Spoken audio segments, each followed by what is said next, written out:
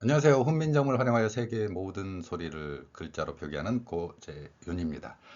오늘 여러분들과 함께 살펴볼 내용은 최근 유행을 타고 있는 지브리라는 표현입니다. 그리고 이 소리가 어떻게 훈민정음 표기 원리와 일본어에 연관되는지 살펴보겠습니다. 먼저 지브리라고 발음을 하죠. 이 지브리라는 발음은 영어로 표현하면 발음기로 나타냈을 때 맨 왼쪽에 있는 이 발음입니다. 그러면 대부분의 한국인들은 기블리라고 혹은 세게 발음하면 기블리 이렇게 발음을 할 수 있습니다. 실제로 현재 한글로도 표현할 수 있지요. 자, 그런데 일본인들은 지브리라고 합니다. 발음상으로 표기한다면 한국에서 지브리로 발음을 하고 있죠. 그래서 이 유행을 타고 있는 이 말은 과연 어디에서 왔고 왜 일본인들은 기블리라는 발음 대신에 지브리라고 하는지 그 이유를 살펴본 후에 훈민정음의 글자 원리가 어떻게 만들어졌는지도 살펴보겠습니다. 자, 지브리 발음입니다. 제가 그 네이버하고 다음에 블로그 운영하는데 여기는 다음에 적었던 내용입니다. 일본어 그 지브리라는 발음이 탄생하게 된 배경이죠. 이 기블리, 사막의 열풍이라는 뜻입니다. 이 발음이 현재 그쪽 지역의 언어에서 존재하고 있고요. 그러니까 여기서 존재한다는 것은 리비안 아라빅, 아라비아어 계열에서 이와 유사한 발음들이 있다라는 겁니다. 그리고 실제 그 이름에서 사막의 열풍을 뜻하기도 하고요. 이 이름이 워낙 강렬하기 때문에 오래전에 그 마세라티라는 이탈리아 자동차 회사에서 기블리라는 자동차를 출시하기도 했었습니다. 1900년대 초인데요. 그리고 비행기의 이름 중 그때 뛰어난 기술을 가지고 있었기 때문에 역시 비행기 이름에서도 기블리라고 사용한 흔적이 있지요.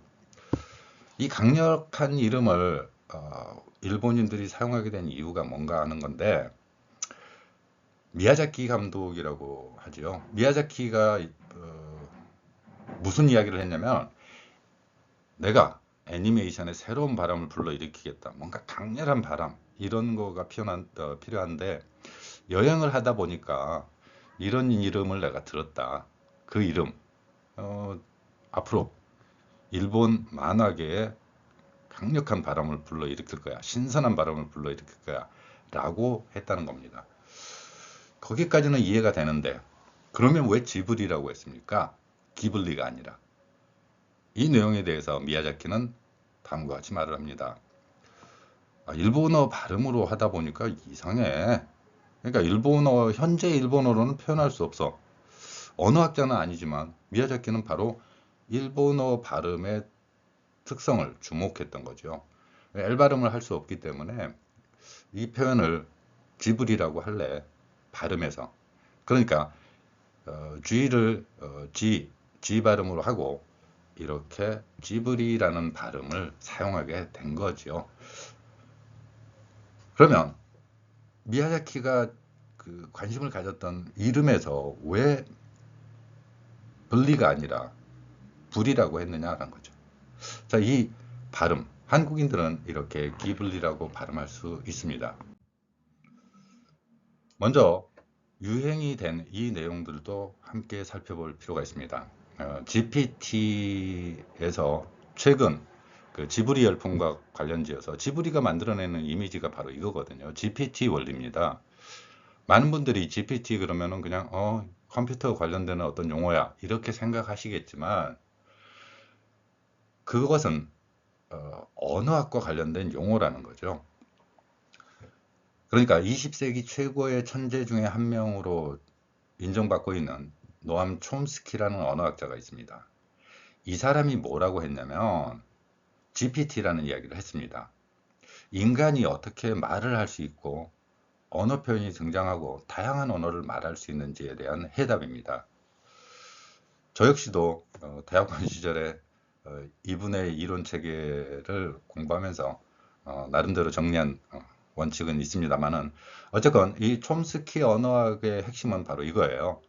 G라는 게 generative, 생성한다는 거죠. 만들어낸다는 거예요. 인간은 상황에 따라 다른 말을 만들어낼 수 있어. 근데 다른 말이나 글을 만들어낼 수 있는데 이거는 왜 가능하냐면은 미리 훈련을 받았기 때문에 가능하다는 거예요. 교육을 받았다는 거예요. 그게 무슨 책상에 앉아서의 교육이 아니라 다른 상황에서 부모들에게서 어머니 아버지에게서 어린 시절에 언어 훈련도 받으면 듣고 말하다 보면 자연스럽게 되는 거야. 이 과정이 필요해라고 한 거죠. 그래서 pre-trained, 미리 훈련을 받았어, 미리 학습되었어 라는 거죠. 그래서 이 부분에 집중을 했기 때문에 그 컴퓨터에서는 무슨 상황을 필요로 했냐면 미리 훈련, 즉 학습이 필요하잖아. 그러면 학습을 할 때 얘는 뭘 배워야 돼? 그럼 이 막대한 인류가 만들어낸 지식을 어떻게 학습을 하지? 이 부분이었던 거죠.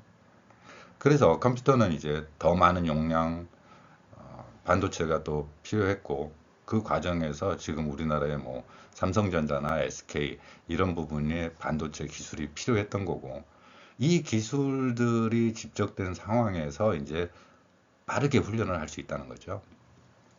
그리고 트랜스포머라고 하는데 그 명사형 트랜스포메이션이라는 단어도 있습니다. 우리나라에 들어온 영화도 있었습니다. 뭔가 이렇게 짜잔하고 자동차로도 변했다가 무슨 로봇 이렇게 모양으로 변했다가 이런 거죠.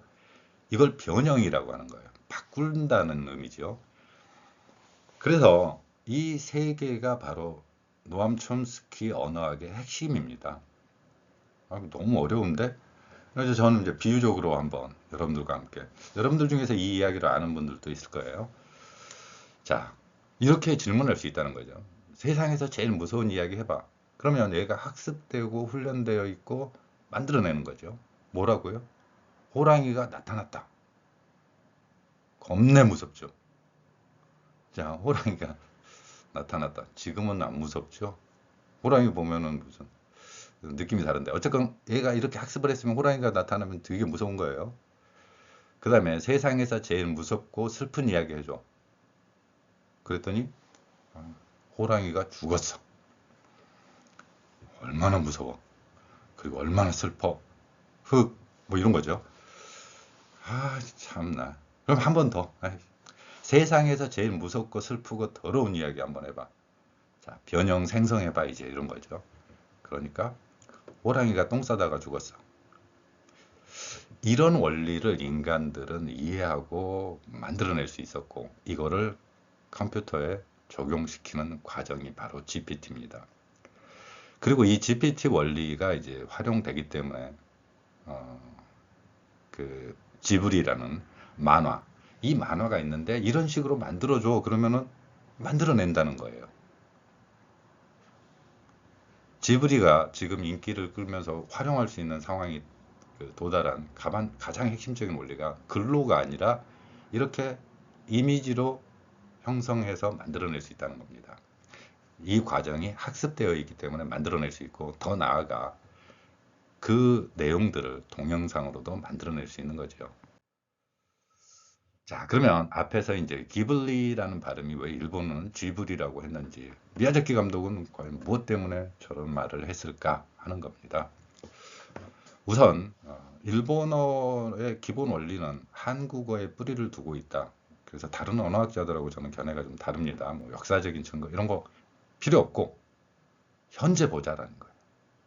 어떤 규칙에 의해서 언어의 법칙성을 찾아보자라는 겁니다. 일본인들이 부정할 수 없는 이론, 그러니까 역사적 근거로 이거 했는데 그 사실 아니야, 뭐 이런 이야기 하지 말고 그냥 fact, 글자의 소리를 집중해서 한번 보자라는 거죠. 자, 일본어에서 한자 발음이 일본어에 가서 그대로 전래됐다라는 거죠. 그러면 어떤 거에서? 아니, 일본인들의 발음이 우리 발음하고 다르잖아. 1, 7, 8. 일본인들은 이치, 시치, 하치 이렇게 한다는 거예요. 여기가 왜 같아? 전혀 다른데 내 귀에도 다르고. 와, 이게 물어봐. 다 달라. 이런 거잖아요. 근데 이렇게 한번 바꿔봅시다. 자, 소리 받침 글자예요. 받침 글자입니다. 리을만 제가 따로 옆으로 떼어놨죠. 자, 리을을 한번 일치시켜 보겠습니다. 어떻습니까? 이치, 시치, 하치 같죠? 자, 리을의 규칙성, 우리는 받침으로 이해를 합니다. 받침 글자로요. 근데 일본인들은 이 받침 글자의 원리가 없습니다. 그리고 세종대왕이 훈민정 창제하기 이전에 이 우리의 소리가 일본에 전래되었죠. 너무도 당연한 사실이죠. 그 중에서 이제 백제나 뭐 고구려 영향도 있었을 거고, 당연히 신라의 영향도 있었겠죠. 자, 그러면은 이 소리들이 전래되었을 때 어떻게 발음을 했을까 하는 거죠. 받침의 원리가 일본인에게는 없습니다. 근데 이거 어떻게 읽어? 그러니까 이거 일, 잘 들어봐, 잘 들어봐. 뭔가 있는데 받침을 모르는 거예요. 받침을. 그래, 뭐 소리 있으니까 그러면 치. 내 귀에는 치로 들려. 그렇게 되면 이치, 시치, 하치가 됩니다. 그래, 좋아. 그럼 치 발음은 내가 그렇다고 쳐. 그러면 치라고 시치가 같아? 전혀 다르잖아. 이렇게 많이들 저한테 질문하지요. 그러면 다시 돌아가 보자고 합니다. 자, 세종대왕은 시옷과 지읒과 치읓을 각각 다른 소리로 표기하는 글자로 나타냈습니다. 그런데 일본어에서는 그게 없다고 한다면 어떡하겠습니까?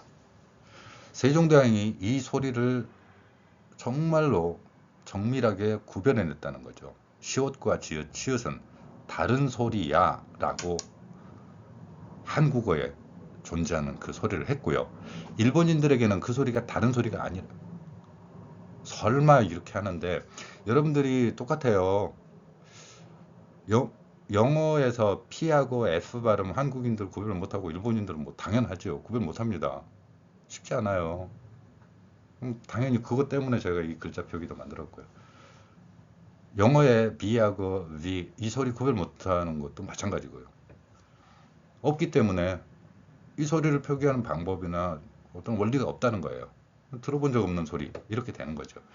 그래서 오늘날에도 그렇다는 거예요. 시옷, 지읒, 치읓이 일본인들에게는 대표음으로 보통 시옷, 사시, 수, 세소 이 글자의 원리로 간다는 거예요. 그 다음에 비읍, 피읍 그리고 영어의 F 소리 같은 경우에는 히읗 계열, 하히, 후, 해, 호 이 소리로 간다는 겁니다. 이 소리 중에 하나로 표현하는 거예요. 자, 이걸 적용시켜 보겠습니다. 제가 주장하는 언어학의 원리는 법칙성입니다.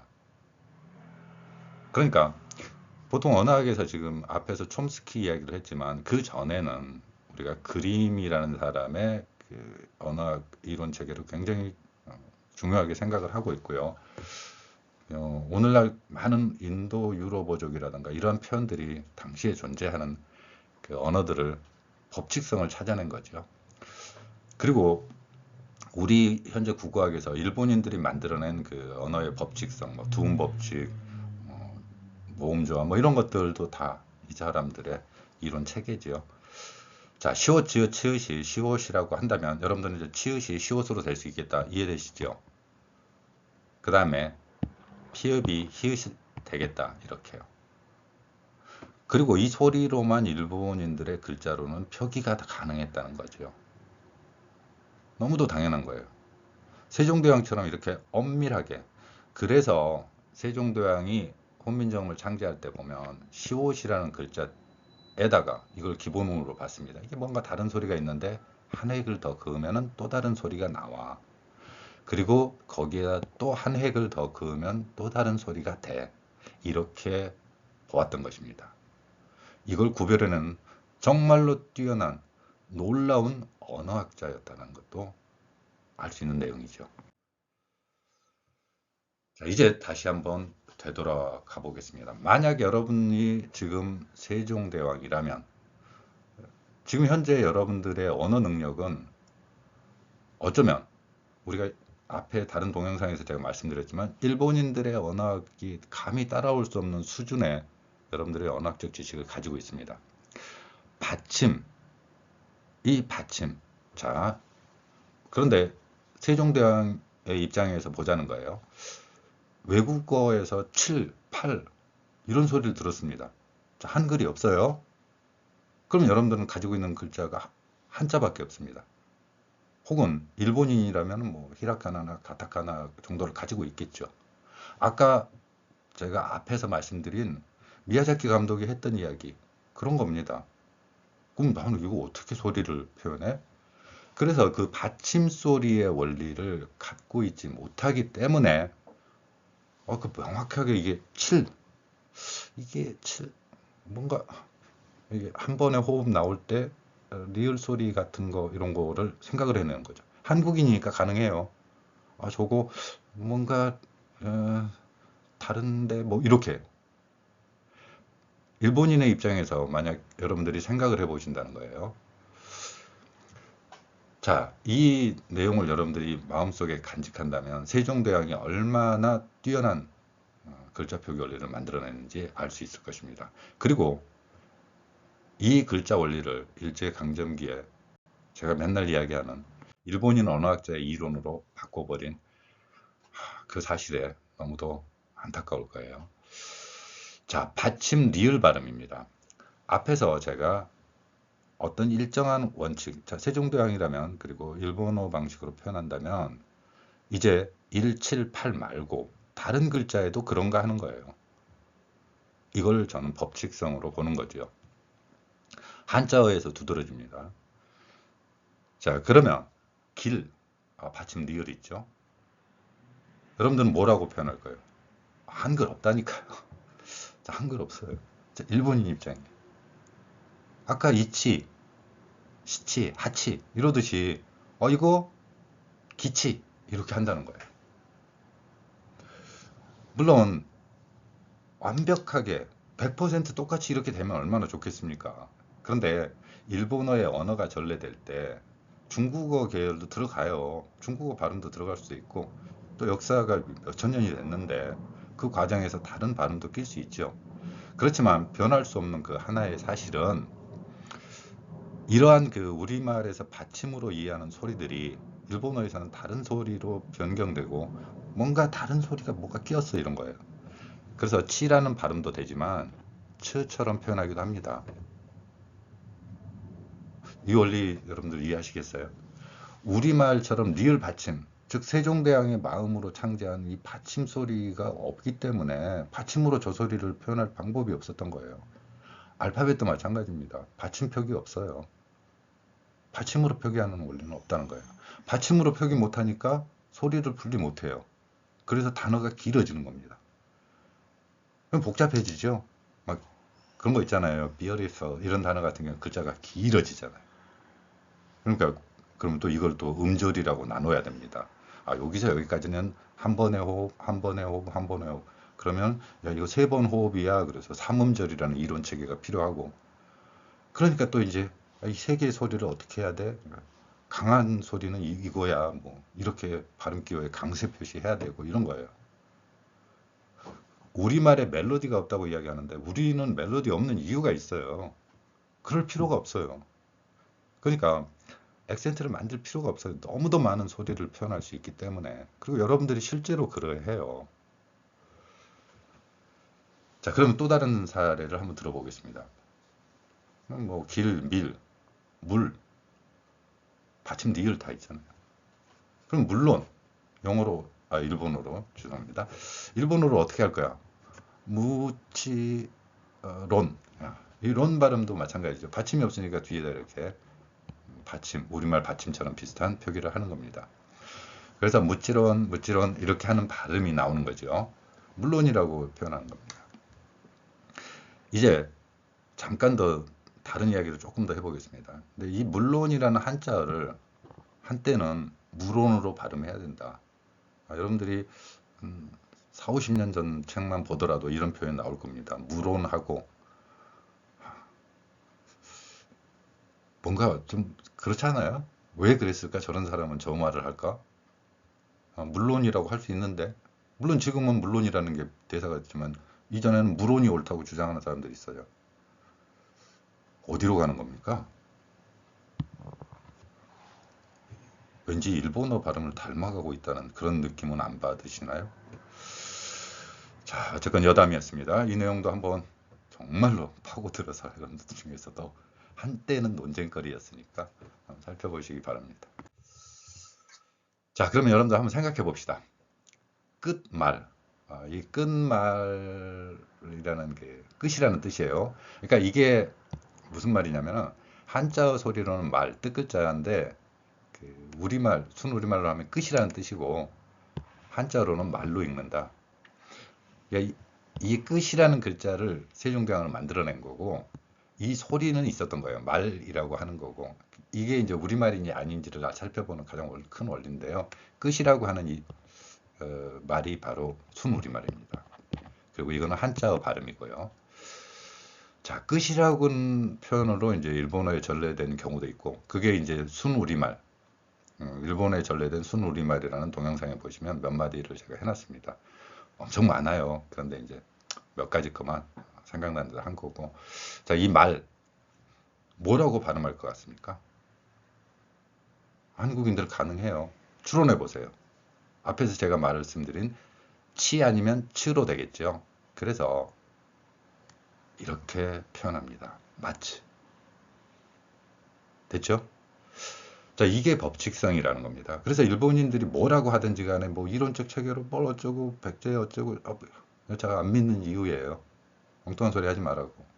소리의 규칙성을 살펴봐라. 그래서 일본어의 뿌리는 한국어다. 자, 언어의 법칙성입니다. 앞에서 말씀드린 한국어 한자 발음이 일본어에 건너간 것이 너무도 명확하다. 그 원리는 만약 중국어하고 비교를 해본다면 팔이라는 한자어 발음, 중국인들은 빠, 이 발음을 한다. 받침이라고 볼 만한 어떤 소리가 없다라는 거예요. 앞에서 기블리라는 발음을 지브리라고 하는 미야자키 감독이 이야기를 제가 말씀드렸던 것처럼 받침 소리에 대한 거, 한국인들은 받침 글자를 너무 또 명확하게 이해하고 있는데 그 받침 소리가 있을 구석이 없다라는 거죠. 중국어의 발음에서는. 그래서 중국어 한자 발음이 아닌 한국어 한자 발음이 일본에 전래됐다고 이야기하는 겁니다. 리을 받침은 치, 츠, 그리고 시옷이나 치읓에 가까운 이러한 초금이라고 할 수 있죠. 받침입니다. 시옷, 치읓에 가까운 소리.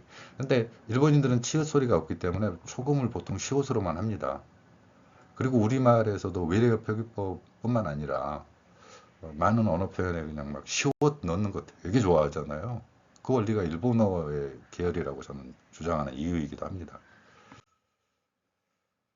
자, 이제 정리해 보시면 훈민정음과 일본어 숫자를 비교해 보면 세종대왕은 엄청난 듣기 능력과 엄청난 언어 표현 능력을 가지고서 이 글자들을 만들어낸 거예요.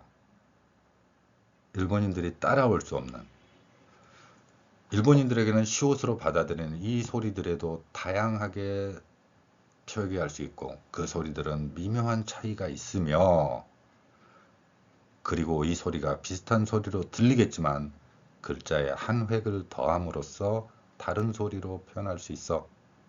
이게 세종대왕이 가졌던 자신감이에요. 세상의 모든 소리를 표현할 수 있어 라는 그 당당하고 자신감 넘쳤던 세종대왕의 원리는 바로 이겁니다. 일본인들이 히읗으로 하는 거 비읍, 피읍. 그런데 제가 지금 영어 발음이나 이런 데서는 세종대왕의 마음을 이어받아서 F 소리는 우리말에 없었기 때문에 그럼 이건 어떻게 할 거냐? 그래서 저는 F 소리를 피읍 아래에 작은 동그라미를 친 글자로 표현하는 방법을 여러분께 제시하고 있는 과정이기도 합니다. 제 동영상 강의를 들었는데 일본어 공부를 하시는 분들도 많이 있으니까 뭐 다른 상황들도 한번 보자라는 거죠. 이런 단어들 그리고 맨 뒤에 제가 신뢰합니다 이런 표현도 같이 해놨습니다. 자, 경찰이라는 발음을 한번 보겠습니다. 우리는 명백하게 경찰 이렇게 하죠. 경찰 아니고 순사라고요. 그래요. 일본 순사 무서워. 아, 예, 예, 칼 옆에 하나 딱 차고 수업 시간에도 들어와가지고 칼 차고서 영화관에도 뭐 순사들 돌아다니고. 여러분들 경험 없지요? 설마 저 경험 있냐고요? 저 그 세대까지는 아니에요. 조금은 연배가 있긴 하지만 제 나이를 아는 분들도 있긴 하던데 어쨌건 굳이 알려고 하지 마세요. 근데 이 그 순사라는 표현 좀 자주 들으면서 컸던 세대이긴 명확합니다. 근데 이 순사 발음이 아니고 일본어에서는 이 순사는 그 경찰의 직급 중에 순경 우리가 보통 이야기하죠. 이 직급입니다. 그러니까 계급으로 나눠지는 맨 아래 직급이 보통 순경이죠. 진짜 순경도 고생 많아요. 어? 진짜 칭찬해줘야 돼. 진짜 힘들어요. 자, 이 경찰이라는 발음을 일본인들은 지금 현재 어떻게 할까 하는 거예요. 자, 보겠습니다. 이 리을 받침 때문에 제가 하나 더 해온 거예요. 일본어에는 없는 거 너무 많아요. 여 발음이 없습니다. 자, 가로쓰기로 했어요. 알파벳처럼 음소배열을 가로로 쭉 놔뒀습니다. 일본어에서는 이게 없네. 모음이 없기 때문에 없는데 어떻게? 뭐 다른 거라 좀 꼬아서 좀 써봐야지. 그래서 게이 이렇게 발음합니다. 물론 짧아요. 이자 발음은 이중 모음도 좀 짧게 발음하니까. 그 다음에 앞에서 제가 여러분들 다 기억하죠? 시옷, 지읒, 치읒은 시옷으로 한다. 대표음이 그렇다는 거예요. 100%는 아니에요. 아닌 소리 있는데 하고 또 댓글 올리면서 저한테 그냥 왜 답 안 해줘요? 이런 거 하지 마세요. 전 100%라고 안 했어요. 시대에 따라 다른 소리가 날 수도 있다. 꼭 기억하세요. 일본인도 공부하잖아요. 언어 좀 더 다르게. 그래서 치읓 발음이 시옷 이거가 되겠죠. 그 다음에 리을 발음은 치 아니면 츠 이렇게 될 거라는 생각을 해보면 게이사츠, 게이사츠 이렇게 발음할 거다라는 거죠. 그러니까 우리의 언어 표기 중에서 여러분들이 가지고 있는 받침 표기 원리를 빼고 일본어에 없는 소리도 빼고 이러다 보면 일본어 보이는 겁니다. 그래서 일본어 원리, 이 원리가 담겨 있기 때문에 일본어는 한국어에 뿌리를 두고 있다. 이렇게 보는 거죠. 영어에서도 현재 오늘날 일어나는 표현 보겠습니다. 제가 경찰 이야기 했으니까 똑같은 구조를 가진 단어를 가져왔습니다. 셔터 발음이죠. R 발음은 날 수도 있고 안 날 수도 있어서 저는 이렇게 표현하고 있습니다. 자, 똑같이 어가 두 번 들어가 있죠. 이 어가 약간 다른 소리이긴 한데 일본인들의 경우는 받침이 없으니까 이 R 소리 안 난대. 그러니까 요거 그냥 나는 경우도 있고 안 나는 경우도 있는데 그냥 안 난대. 몰라. 이거 굳이 뭘 해. 그래서 일본인들은 어 발음이 없고 여 발음이 없기 때문에 아 발음을 합니다. 그러면 이 소리가 어가 아니라 아로 바뀌겠죠. 혹은 야. 경찰서에서 보듯이 다른 소리로 현재에도 하다는 거예요. 여러분들은 그게 말이 돼? 세종대왕 덕이라니까요, 여러분. 이 소리가 이제 일본어에서는 샤타, 샤타 이렇게 발음한다는 거죠. 어나 여 발음이 없기 때문에 이런 원리가 그대로 적용되고 여기 맨 마지막 R 발음 같은 거는 생략을 합니다. 그리고 이제 이 소리를 또 세종대왕이 진짜 모든 소리를 또 표현할 수 있어요. 일본인들이 샤타라고 그런데 그러니까 그럼 샤타 그래 샤타 내려. 네. 안타깝죠. 우리는 셔터라고 할 수 있고 셔터 발음까지 가능합니다. 근데 굳이 그냥 일본인들 이렇게 다 소리를 낼 수 있는 한국어를 거기다 써먹으라고 한 건 아닐 건데 일본어 발음을 흉내내요. 이게 어디에 나와 있냐고요? 바로 이런 표현들이에요. 앞에서 그 일본인들이 이제 지브리라고 발음할 수 밖에 없는 이런 원리, 어, 영어를 쓰고 싶고 외래어로 뭔가 멋진 표현을 하고 싶은데 일본어로는 방법이 없네. 에라 모르겠다. 지브리 이렇게 되는 거죠. 자, 여기에서 아까 앞에서 말씀드린 내용이 있습니다. 우리는 왜 그런 발음을 또 갖다 쓰냐 이거예요. 훈민정음을 창제한 세종대왕은 그렇게 다양한 소리를 다 하라고 했는데 이 일제강점기에 그 오그라 신페이를 추종하는 우리나라의 몇몇 언어학자들도 있습니다. 국어학의 주류예요. 그 사람들 저 되게 싫어해요. 전 싫어하는 정도를 아니서 아예 무시해요. 자, 그래서 저는 뭐 국어학계나 이런 쪽하고는 좀 척을 지면서 지냈기 때문에 바꿔 말하면 저는 도움을 받은 적도 없어요. 저를 맨날 그렇게 했지. 단 한 푼도 뭐 그쪽 관련되는 분들한테 신세진지역이 없기 때문에 당당하게 저는 말할 수 있습니다. 당신들이 사전까지 만들고 했잖아. 자, 이 외래어 표기법에도 바로 일본인 언어학을 세종대왕의 훈민정음 창제 원리 대신에 받아들이겠다라는 내용이 있습니다.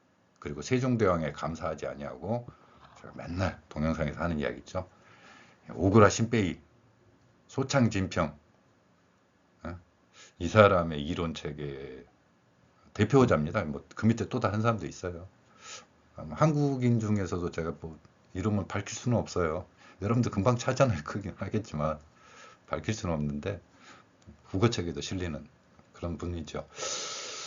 자, 이분들이 이제 이렇게 만들어냈습니다. 그러면서 많은 제안을 뒀고 그 결과로 우리는 뭔가 훈민정음으로는 소리를 다 표기할 수 없는 것처럼 만들어버린 거죠. 할 수 있습니다. 앞에서 제가 이제 리을 발음 관련돼서 앞에서 말씀드린 실례합니다. 이게 일본어로 가면은 제가 실례합니다라고 했어요. 그럼 일본인들은 이 소리를 세종대왕이 창제한 그 원리가 없으니까 어때요? 시치레이라고 해요. 시치레이. 시치레이시마스. 시치레이시마스. 이런 식의 표현. 이 부분입니다. 신뢰라는 한자어가. 표를 잘못했네. 합니다. 뭐 이거 존중에는 존중을 뜻하는 이런 시마스 발음도 들어있고요. 이렇게 우리가 살펴볼 수 있는 그 표현들은 일본어에서 존재하는 그들의 원어 체계로는 담을 수 없습니다. 세종대왕은 그 소리를 구별해냈고 이 소리들을 일본인들이 받아들일 때 그들의 언어 표현의 한계 때문에 리을 받침 대신에 치, 츠 혹은 초금 이런 식으로 표기할 수 있었고요. 그 원리를 찾아낸다면, 그 법칙을 찾아낸다면 일본어 뿌리가 우리말이고, 그런데 그렇게 변형되고 왜곡된 이런 표현 대신에 훈민정 표기 되살려보자. 그리고 그게 가능한지를 저는 이 동영상과 블로그 이런 데를 통해서 여러분들께 증거로서 전부 제시하고 있는 겁니다. 우선 지금까지는 2000단어를 여러분들께 표현했고요. 또 일제 방식의 일본 제국주의 시대의 그 방식의 언어학 이론을 과감하게 벗어날 만큼 우리 국민들의 언어와 의식 수준이 향상되었다고 믿기 때문에 한번 해보는 겁니다. 감사합니다.